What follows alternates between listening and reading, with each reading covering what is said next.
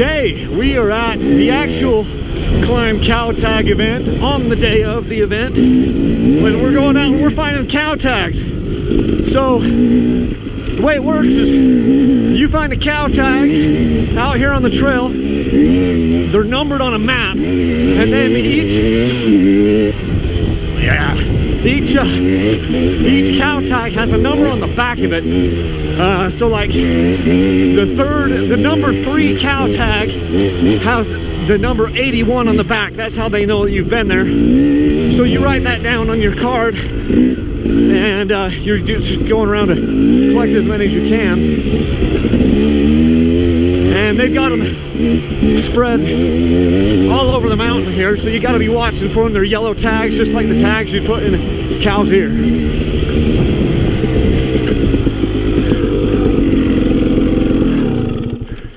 How are we doing, guys? Good.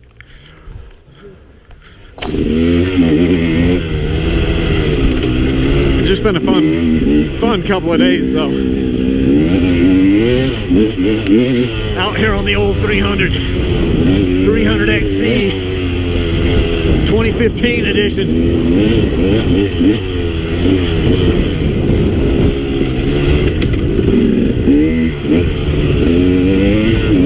Railing corners, grabbing gears, stabbing the brake a little bit, and it is loose. Oh man, in some of those spots, it's like a powder dust from all the bikes. It is pretty funny. Guys often ask if I'm always riding alone. Well, you know what? It looks like I'm riding alone, doesn't it? Because you don't see anyone in the frame because I'm just going. I've got a bunch of people behind me. And I've got about 200 in front of me. So no, I'm not riding alone. But you wouldn't know it because I've waited just far enough. We're just far enough behind everyone that I don't have any dust in the front of me. And because the other members of my party are behind me, there's a fun jump. You can't see them. But yeah, I do ride alone. Often. I ride with people, I ride alone. It's a risk, you know, but I also drive my car alone, and I'm a lot more likely to die in my car than I am here. Well, people are like, well, you can break your leg out and sever some artery out in the middle of nowhere and just die. Well, that's possible. Could happen. See, here's a cow tag right here. Here's number 7, and the number on the back of it is 17. So you'd write that down on your card, and on the paper that we've got on the map, it will say how many raffle tickets this one's worth, and then you total it all up, and that's how many raffle tickets you get for the bike giveaway. So a lot of the stuff we've been riding so far this morning is 2-track. It's for, you know, ATV and motorcycle trails, which probably adds to the reason why it's so dusty, because quads have been riding it. Not to mention all the dirt bikers today.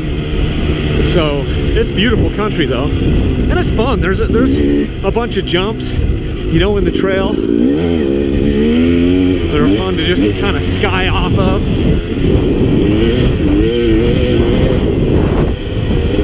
Get in attack position here. Hinge at the hips. That's something Max Gersten, pro rider for Beta, I was talking with him yesterday about that, about hinging at the hips. Instead of having your back straight, hinging at your hips so that you get your quads involved with it, and you're in attack position. And he also, you know what's funny? He also mentioned, him and Eric Yorba were mentioning about keeping your toes pointed in.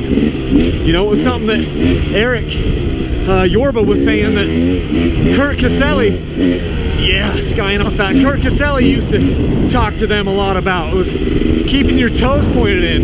You know, just basic stuff. where that went. Looked like it went straight up. Anyway, just basic stuff of keeping your toes pointed in just really helps. Looks like we found the single track. There's enough dust hanging off Sam's wheel that I can't really see what the heck is going on, but we found the single track here.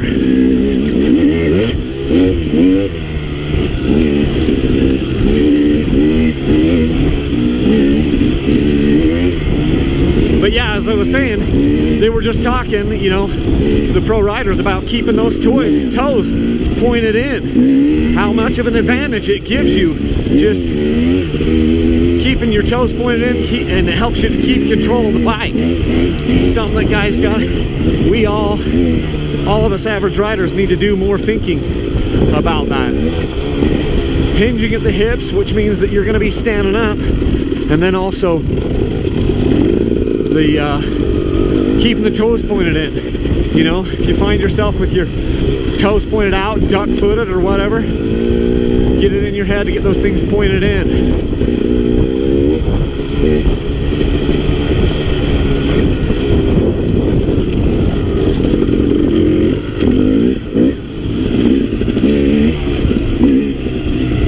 Man, it's getting a little too dusty for me to hang right there. I'd have to be really close. On this, I could hang right behind his wheel. About lost my front wheel there. But if I get in a spot where there's a lot of dust and I can't see any of the rocks in the trail, and that's when you can get into trouble. Like those two right there. Those could be deadly, toss you off this cliff if you hit those wrong. And if you're too close to the guy in front of you and you can't see that because of the dust that's hanging just low right there on the trail, that could be a problem.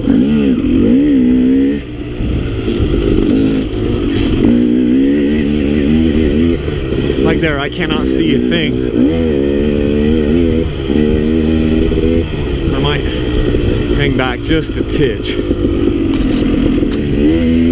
Hung back just a little bit to let some of that dust, because this is just fine powder in the trail now, and so the bike in front of you just makes it pretty much invisible. That's a pretty view. Got the river down there, farmland mixed in with the pine trees. Man, we've seen some pretty stuff the last couple of days.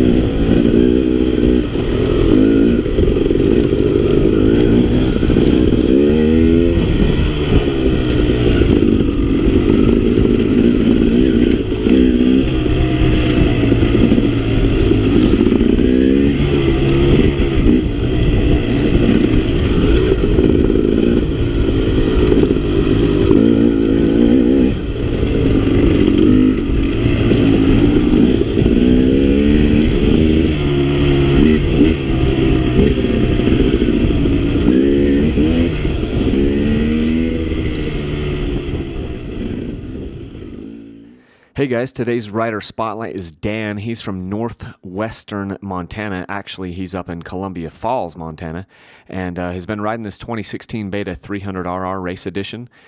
He's been eating up all the single track he can get and loves the view from the top up there in the mountains. So thanks for sending in the pics, Dan.